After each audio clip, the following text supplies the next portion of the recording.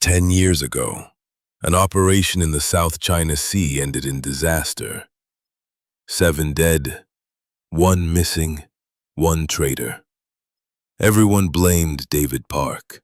But now, working as a cargo driver in Seoul, David was about to come face to face with the real traitor.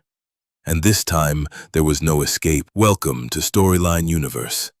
Before we dive into this powerful story of sacrifice, betrayal, and the price of truth, tell me in the comments which city you're watching from today, and if you believe stories about hidden heroes deserve to be told, hit that subscribe button. These moments define everything.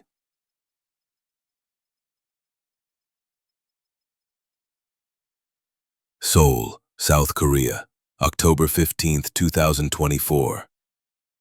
David Park adjusted his cargo truck's side mirror and checked the delivery schedule one more time. Warehouse 47, Incheon Port, industrial electronics shipment for a Japanese manufacturing company. Nothing unusual, nothing complicated, just the way he preferred it. At 42, David looked older than his years. Gray streaked his black hair, and permanent lines creased the corners of his eyes. 10 years of carrying weight that wasn't his had aged him in ways that time alone never could.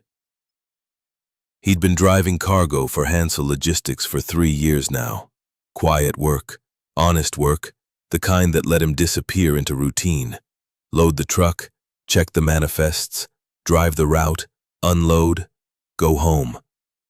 No decisions that affected anyone else's life. No responsibility for anyone's safety but his own. His supervisor, Mr. Kim, barely looked up when David signed out for the day's deliveries. Park C, you'll be working late tonight. Emergency shipment came in for the morning flight to Manila. David nodded. Overtime meant extra money, and extra money meant he could send more to his sister in Busan. She was the only family member who still spoke to him, and even she didn't know the whole truth about what happened on Scarborough Shoal. The truth was classified, buried, forgotten by everyone except the man who lived with it every day. As David walked to his truck, he passed a group of younger drivers gathered around someone's phone, watching the news. The reporter was discussing rising tensions in the South China Sea, disputed territories, military buildups. 10 years ago, there was that incident with the American Special Forces, one of the drivers said. Remember? Korean-American traitor got his whole team killed. David kept walking. He'd heard variations of that story 1,000 times. In bars, on the news, in online forums. Always the same conclusion. Staff Sergeant David Park had betrayed his unit to enemy forces, resulting in the deaths of 7 American servicemen.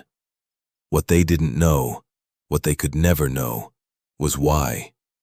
Warehouse 47 sat at the edge of Incheon Port, where cargo containers stacked like metal building blocks against the gray October sky. David backed his truck up to the loading dock and began checking the shipping manifests. 12 pallets of electronic components, destination Manila, standard commercial freight, properly documented. Nothing that should have raised any flags. But David's instincts, honed by 8 years in Army Special Forces, were telling him something was wrong. The manifest listed the shipper as Pacific Electronics Distribution, but David had never heard of them. Despite 3 years of hauling electronics shipments, the contact number had a Manila area code. But the billing address was a P.O. box in Hong Kong. More concerning was the weight. The manifest claimed 2,800 kilograms, but when David checked the truck's weight sensors, the load registered closer to 3,200 kilograms. 400 kilograms of undeclared cargo. In his old life, David would have reported the discrepancy immediately. In his current life, he signed the delivery receipt and tried to mind his own business. But as he secured the load with tie-down straps, one of the boxes shifted, and David saw something that made his blood run cold. Stenciled in small black letters on the side of one crate, product of U.S. Army, classified material. And below that, a serial number he recognized. Because he'd seen it 10 years ago in a supply depot on a small island in the South China Sea, 3 days before everything went to hell. Scarborough Shoal, South China Sea, September 12, 2014. Staff Sergeant David Park crouched behind a concrete barrier, watching the supply convoy approach through his rifle scope. 7 vehicles, mixed military and civilian, carrying enough weapons and intelligence equipment to arm a small insurgency. Team 7, this is Overwatch, came the voice in his earpiece. Captain Jessica Chen, their mission commander, speaking from the command post 2 kilometers away. Target convoy is on schedule. Maintain position and wait for my signal. David keyed his radio. Copy, Overwatch, Team 7 in position. Around him, 6 other soldiers prepared for what they'd been told was a routine interdiction mission. Stop the convoy, secure the cargo, extract to the pickup point. Intelligence suggested the shipment contained stolen U.S. military equipment being sold to hostile forces. What intelligence hadn't told them was that Captain Chen was working for the buyers. What David had discovered 3 days earlier when he'd intercepted encrypted communications between Chen and an unknown contact was that Team 7 wasn't there to stop a weapons sale. They were there to be eliminated as witnesses. David had spent 72 hours trying to find a way to save his team without exposing his knowledge of Chen's betrayal. If he confronted her directly, she'd disappear, and the real traitors would never be caught. If he warned his team, they might act in a way that would alert Chen to his discovery. So David made the hardest choice of his military career. He decided to save his team by appearing to betray them. September 12, 2014, 14:37 hours. Team 7, commence interdiction, Chen's voice ordered. David keyed his radio and spoke the words that would destroy his reputation forever. Negative, Overwatch. We've got civilians in the convoy, aborting mission. It was a lie. The convoy was entirely military, but David needed his team to disengage before the real trap was sprung. Park, that's a direct order. Chen's voice was sharp now. Engage the convoy. I'm not firing on civilians, David replied, loud enough for his team to hear. Team 7, fall back to secondary position. Corporal Martinez looked at him in disbelief. Sarge, those aren't civilians. That's our target. Stand down, Martinez, that's an order. David knew how it looked. To his team, to Chen, to anyone listening on the radio frequency, he was disobeying direct orders and compromising the mission. But what they didn't know was that David had spent the previous night placing alternative charges on the convoy route. If the official mission was a setup to eliminate witnesses, David would create his own mission, to save his team and expose the truth. As Team 7 withdrew from their positions, David triggered the charges remotely. The convoy's lead vehicle exploded, but it wasn't the convoy they'd been sent to intercept. It was Captain Chen's command vehicle, arriving ahead of schedule to oversee the elimination of Team 7. Chen and her security detail were killed instantly. The real weapons convoy, warned by David's coded transmission the night before, had taken a different route and was intercepted by loyal forces 200 kilometers away. But David's team didn't know any of that. All they knew was that their sergeant had disobeyed orders, the mission had failed, and their commanding officer was dead. And David couldn't tell them the truth without compromising the larger investigation into the trafficking network. The official report stated that Staff Sergeant David Park had suffered a psychological breakdown during the mission, disobeyed direct orders, and was indirectly responsible for the death of Captain Chen and the failure of Operation Seahawk. David accepted the charges: dishonorable discharge, loss of benefits, criminal investigation. He never defended himself, never revealed what he discovered about Chen, never explained his actions, because the investigation into the trafficking network was still ongoing, and David's apparent betrayal was the perfect cover for the real investigation. If the remaining conspirators believed David was a rogue operator who'd compromised the mission by accident, They might reveal themselves trying to eliminate him. David spent 2 years as bait, moving from city to city, job to job, always watching for the people who would eventually come for him. The investigation concluded successfully. 17 arrests across 4 countries, the trafficking network dismantled, but David's role remained classified. His sacrifice had saved not just his 7 team members, but hundreds of lives that would have been lost to trafficked weapons. But David Park would forever be remembered as the traitor who got his commanding officer killed. The only person who knew the truth was Colonel Harrison, the intelligence officer who'd run the investigation. And Harrison had died in a training accident 6 months after the case closed, taking David's secret with him.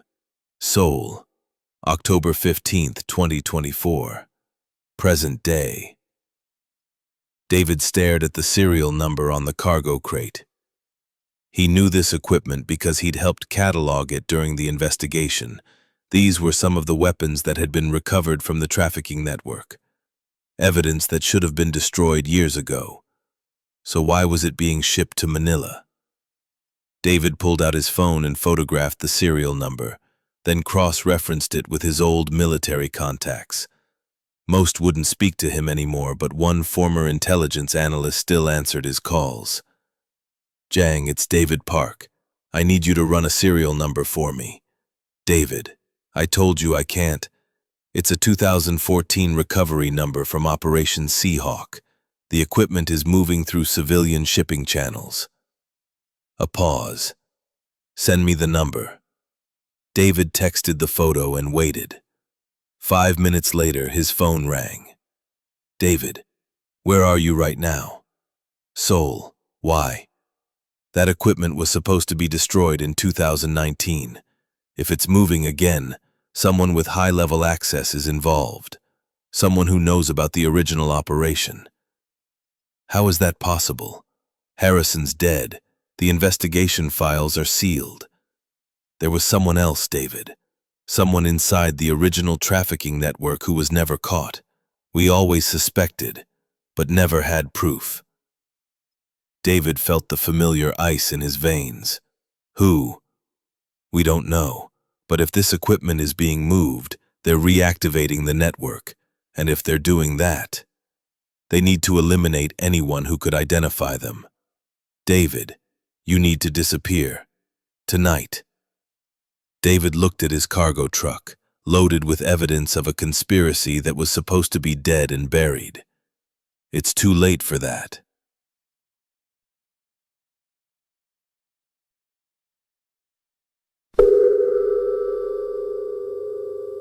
David drove the truck to an empty parking garage in Gangnam, then called his supervisor. "Mr. Kim, there's a problem with the Manila shipment.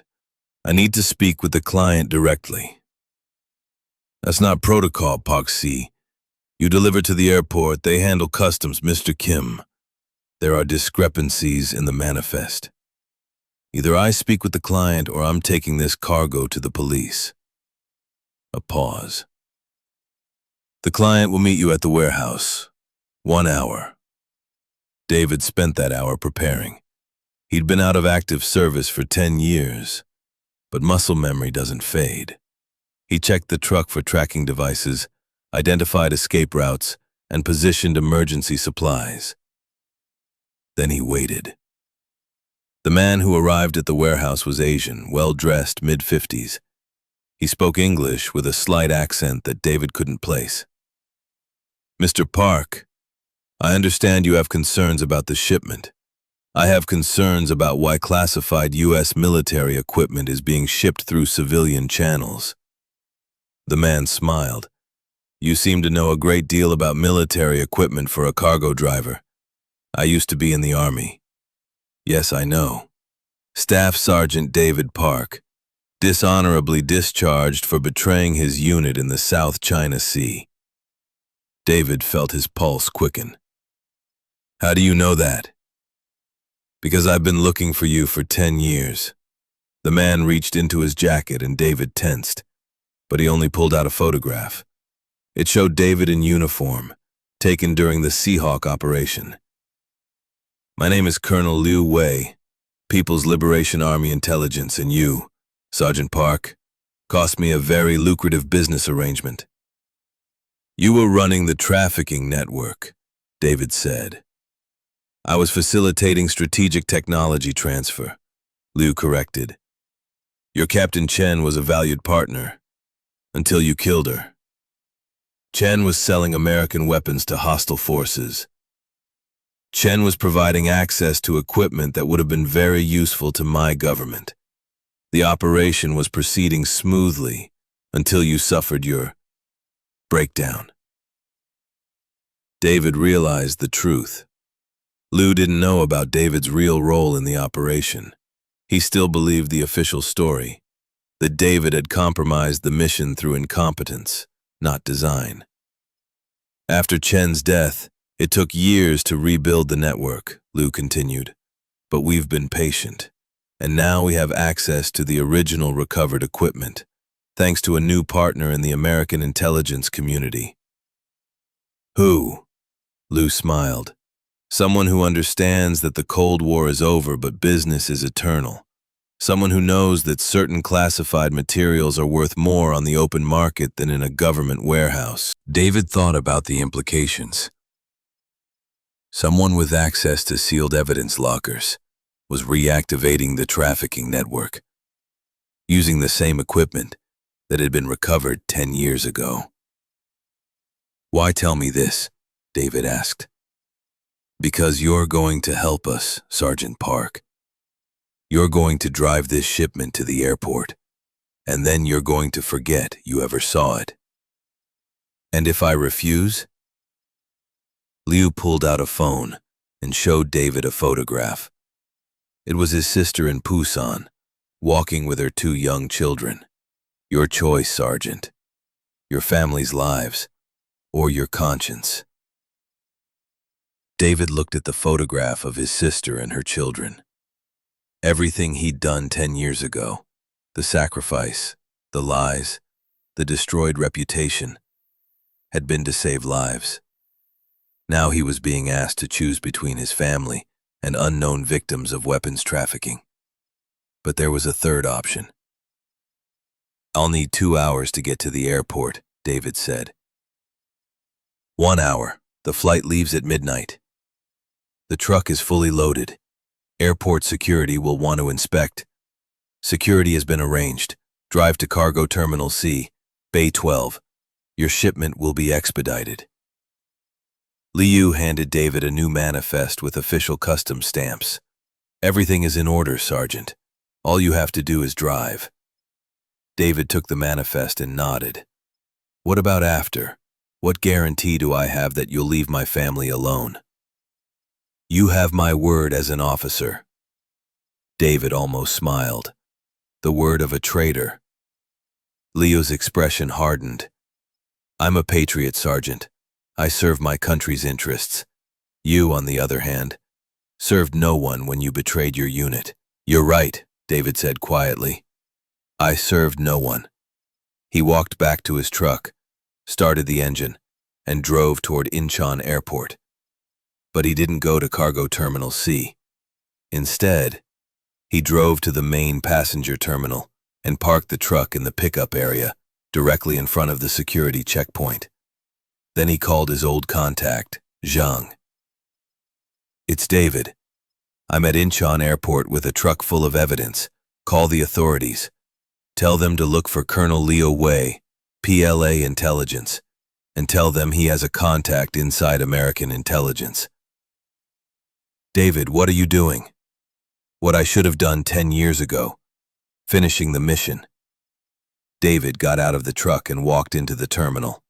Behind him, airport security was already approaching the unattended cargo vehicle. His phone rang. Leo's voice was furious. You've made a serious mistake, Park. No, David said, watching as armed security officers surrounded his truck. 10 years ago, I made a mistake. I thought I could save everyone by sacrificing myself. Today, I'm correcting that mistake. Your family. My family will be protected, because in about 5 minutes, you're going to be too busy running from Korean authorities to worry about them. David could see Liu across the terminal, moving quickly toward an exit, but Korean National Police were already closing in from multiple directions.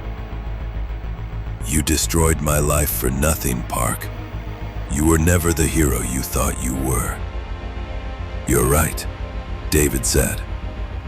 I was never a hero. I was just a soldier who tried to do the right thing. He hung up the phone. Liu was arrested before he reached the parking garage.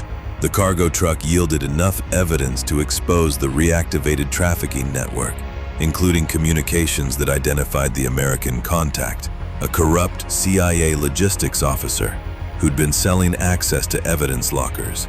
David was taken into custody for questioning, but released after 48 hours when his story was corroborated by the evidence. The Korean authorities, working with American intelligence, confirmed that David's actions had disrupted a major weapons trafficking operation. But the exposure of the evidence also meant that David's role in the original Operation Seahawk had to be revealed. Colonel Harrison hadn't been the only person who knew the truth. There were sealed files, classified reports, testimonies from the weapons dealers who'd been arrested. When investigators needed to understand why Liu was targeting David specifically, they had to unseal the records. The truth came out, slowly, then all at once. Staff Sergeant David Park hadn't betrayed his unit. He'd saved them. His apparent breakdown had been a carefully orchestrated deception, designed to protect his team while exposing their commanding officer's betrayal. David had sacrificed his reputation, his career, and his future to prevent classified weapons from reaching hostile forces. He'd spent 10 years carrying the weight of a lie because the truth was too dangerous to reveal, until now. The story broke in American military publications first, then went international. Disgraced soldier revealed as hero after 10-year cover operation. The details were carefully controlled. National security required that some information remain classified, but enough emerged to vindicate David's actions. His dishonorable discharge was reversed and upgraded to honorable. His military benefits were restored. Official apologies were issued. But David Park didn't live to see any of it. 3 days after Liu's arrest, David's body was found in his sole apartment. Natural causes, the coroner ruled. Heart failure, likely brought on by a decade of stress and the sudden resolution of the burden he'd carried. His sister found a letter on his kitchen table, written in David's careful handwriting. By the time you read this, you'll know the truth about what happened in the South China Sea. I hope you understand why I couldn't tell you before. Some secrets are too dangerous to share, and some sacrifices are too important to explain. I don't need vindication. I never did. I just needed to know that the people I was trying to protect were safe. My team, my country, my family. You. 10 years ago, I made a choice to save lives at the cost of my reputation. Today, I made the same choice. I regret nothing. Take care of your children. Tell them their uncle wasn't a traitor. Tell them he was just a soldier who did his job. Love, David. At David's funeral, 7 men in dress uniforms served as honorary pallbearers. They were the members of Team 7, the soldiers David had saved 10 years earlier by appearing to betray them. They'd spent a decade believing their sergeant was a coward and a traitor. Now they knew he'd been the bravest man they'd ever served with. One of them, retired Corporal Martinez, spoke at the service. David Park taught us that sometimes the greatest courage isn't charging into battle. Sometimes it's accepting blame you don't deserve, carrying weight that isn't yours, and living with lies that protect the truth. He saved our lives twice, once in the South China Sea and once in Seoul. We just didn't know it until now. The operation in Seoul also revealed something else. David hadn't been working alone. For 10 years, he'd been feeding information to intelligence agencies, helping track down remaining members of the trafficking network. His job as a cargo driver had been the perfect cover for monitoring suspicious shipments. David Park had never stopped being a soldier. He'd just learned to fight a different kind of war. So now I ask you, have you ever misjudged someone's actions without knowing the full story? Have you met someone who carried blame that wasn't theirs to protect others? Share your experiences in the comments. Because here at Storyline Universe, we believe that the most heroic acts are often the ones that go unrecognized, performed by people who choose truth over reputation, duty over comfort, and sacrifice over self-preservation. Thank you for watching. If this story moved you, subscribe to Storyline Universe. We're here to remind you that heroes don't always get parades. Sometimes they get decades of silence. And sometimes that's exactly what the world needs. And remember, not every betrayal is what it seems. And not every hero gets to see their vindication. Sometimes they just have to trust that doing the right thing is enough.